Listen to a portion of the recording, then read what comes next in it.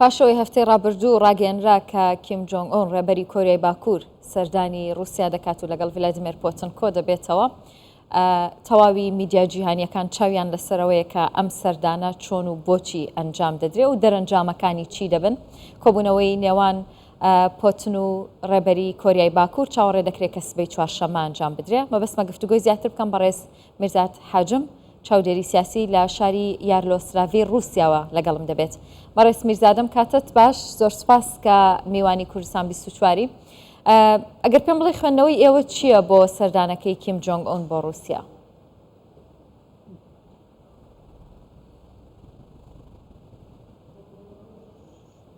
يعني أورتا روسان وكوريا باكوردا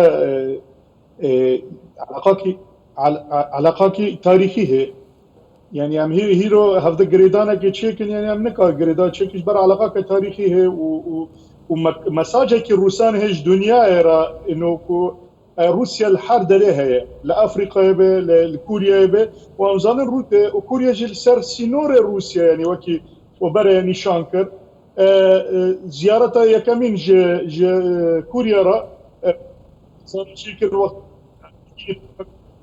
مشروع متعدد الاقطاب يعني وقت مساجك وجي امريكا را هناك يعني للغرب كوريا ساكنه تشتي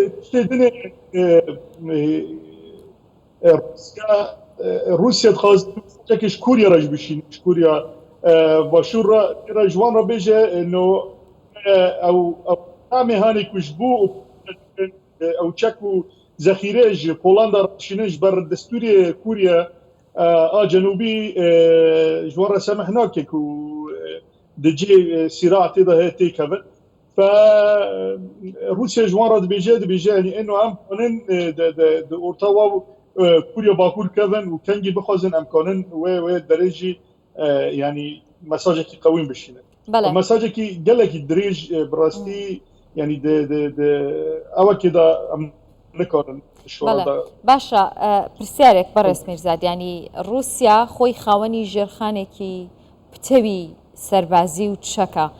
پێتان وایە لەم جەنگەدا پێویستی بە چەکی کۆریای باکوور دەبێت یان مەبەستی رووسیا بۆ ڕاکێشانی کۆریای باکوورە بۆ نێو بەرەیەکی جەنگەکە؟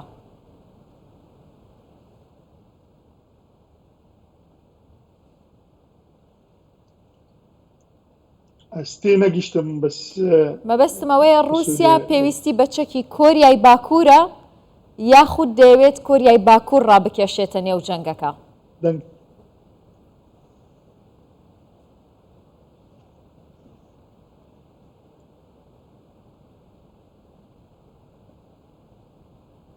دەنگی من دێتە لای تۆ بەڕێز میرزاد؟ نا مەبەستە رووسان ناوە مەبەستە رووسان دەنگ باش زۆر باش مەبەستە رووسان نا کوریا ببێت شەرکێ مەگۆ مەساجین رووسان هەنە دنیارە گشتیرانی بەری گەنج دنیارە ئەو دیکە ئۆرتاوان کوریا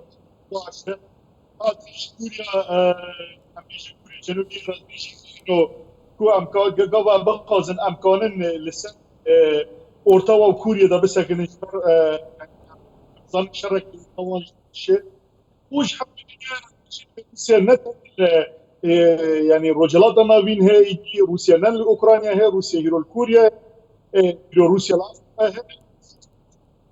يعني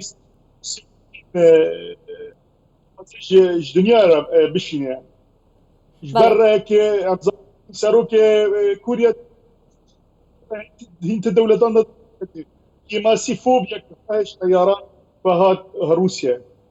بله بەڕێز میرزات حاجم چاودێری سیاسی لە شاری یارۆسلاڤی رووسیاوە زۆر سپاس دەکەم چونکە دەنگ باش نەبوو ناتوانین لەوە زیاتر درێژە بە گفتوگۆکەمان بدەین. زۆر سپاس.